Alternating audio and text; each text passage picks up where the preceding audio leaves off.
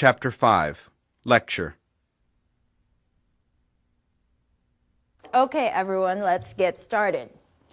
Today we're going to discuss the placebo effect. First, I'll explain what the placebo effect is and how placebos have been used. Then I'll discuss some possible causes for this effect. Finally, we'll look at some studies of the placebo effect and some questions that they've raised about the use of placebos in testing and treatment of illnesses. So, what is a placebo? Well, basically, a placebo is a fake medical treatment. Fake, not real. When most people think of placebos, they think of sugar pills. Pills that don't contain any actual active ingredients. Just sugar or some harmless substance. Does everyone get that? Okay. But a placebo doesn't have to be a pill. It can also be medical therapy or even surgery. The main thing is that a placebo is always a sham treatment. What I mean is a treatment that does not actively treat a patient's illness. Let me write that for you.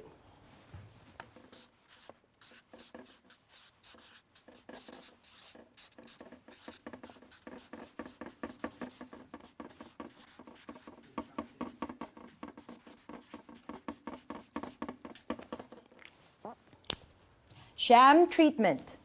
Okay, no actual medical benefit to it. Understand? Okay, now the placebo effect is the often positive response that patients receive from a placebo. In other words, it's an improvement in a person's health that is due to taking a placebo, not due to any real treatment.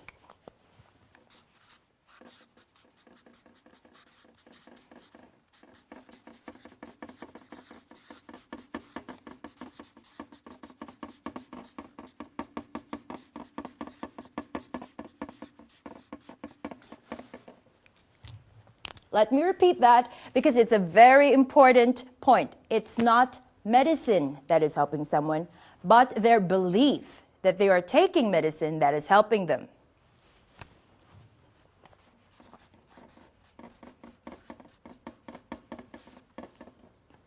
And this is a real phenomenon. Doctors have known about the placebo effect for a long time. They even use it to their advantage. In the 1930s and 1940s, it was common for doctors to give patients placebos for aches and pains and other minor complaints, just to give them something. Of course, they didn't tell their patients that the pills weren't real medicine. But the surprising part is that patients would often claim to feel better, even though they hadn't taken any active drug. Just the act of taking the pill often seemed to have a positive effect. Now, doctors don't do that anymore, of course, but let's talk now about how placebos are currently being used. Now, have you heard the term clinical trial?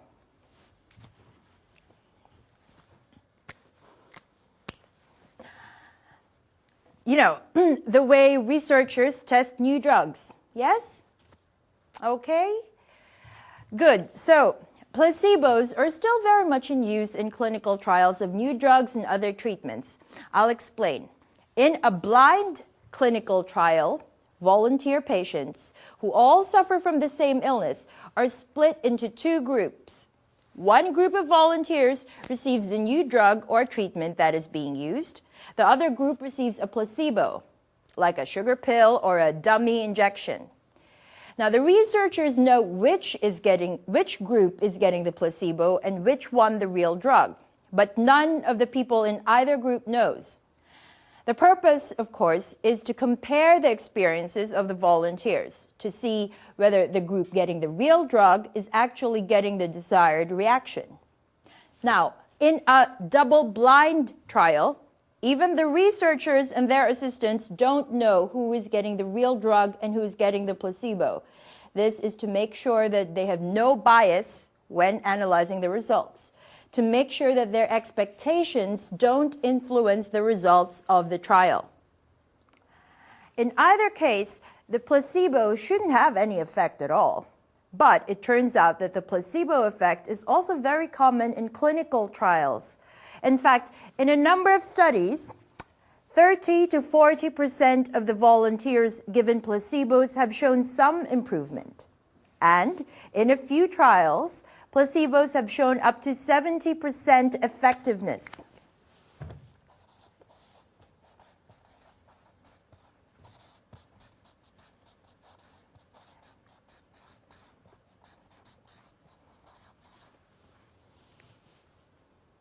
So, why does a placebo work at all? What might be causing this phenomenon?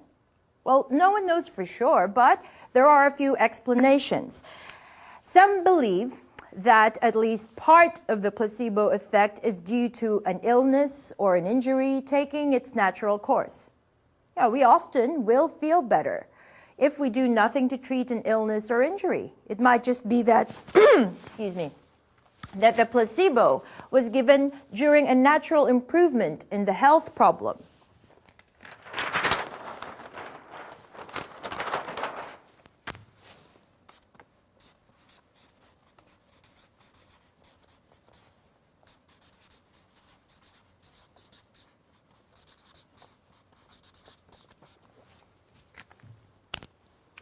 Now, but this couldn't explain all of the improvement that takes place with placebos. There must be some or another reason for the placebo effect, another explanation. One theory is that the placebo effect is purely psychological. It's all in the patient's mind. If patients expect to improve, they improve. They expect that the treatment will help them, and hey, look at that, it does.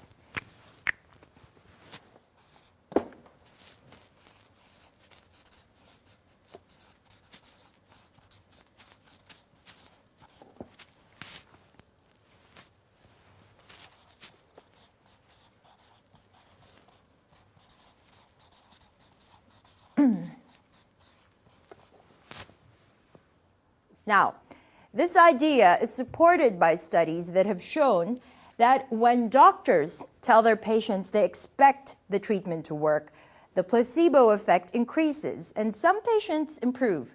But on the other hand, if a doctor said that the treatment might not be effective, the placebo is much less likely to work again. So again, that expectation of improvement leads to actual improvement.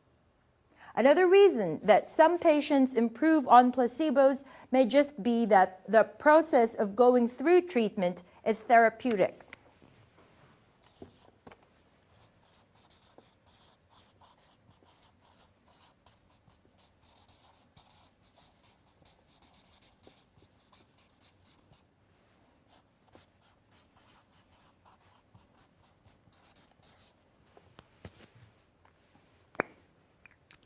You know, that seeing a doctor who seems professional and caring and attentive, you know, just being treated, may make a patient feel encouraged and hopeful, which makes them feel better. Okay, but even though the cause of the placebo effect may be psychological, there is empirical evidence that placebos can result in actual physiological changes or signs of improvements in patients. One study to document this was a study done at UCLA that involved 51 patients who were suffering from depression.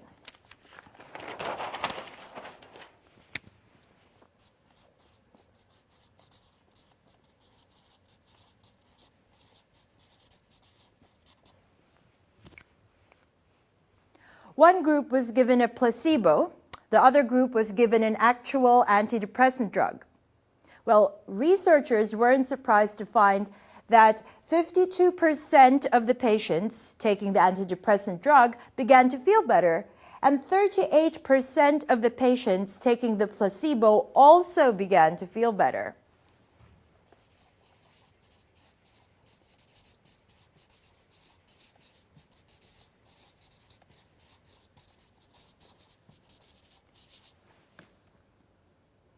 Now, that's a pretty normal response. But what was surprising was that the researchers were able to detect an actual increase in the brain activity of the patients who improved on the placebo.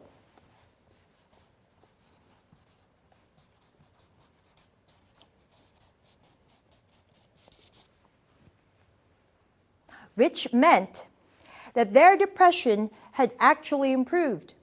These results have been repeated in studies treating a variety of illnesses, including heart disease and even the common cold. So, this points to a chemical change in the brain associated with the placebo effect, associated with the belief that you're getting real medical treatment. So, why is this significant? Why does it matter? How can we use this knowledge to actually help people? Well, some researchers suggest that since placebos do no harm and may actually help patients, doctors should be able to prescribe them. They should be able to give them a try and see whether a patient responds to them. But most doctors don't want to do this. They feel that prescribing placebos is dishonest. But this is a real debate in the medical community. I'm curious to see what you think of this. So let's go ahead and break into discussion groups now. I'll hand out some questions to get you started.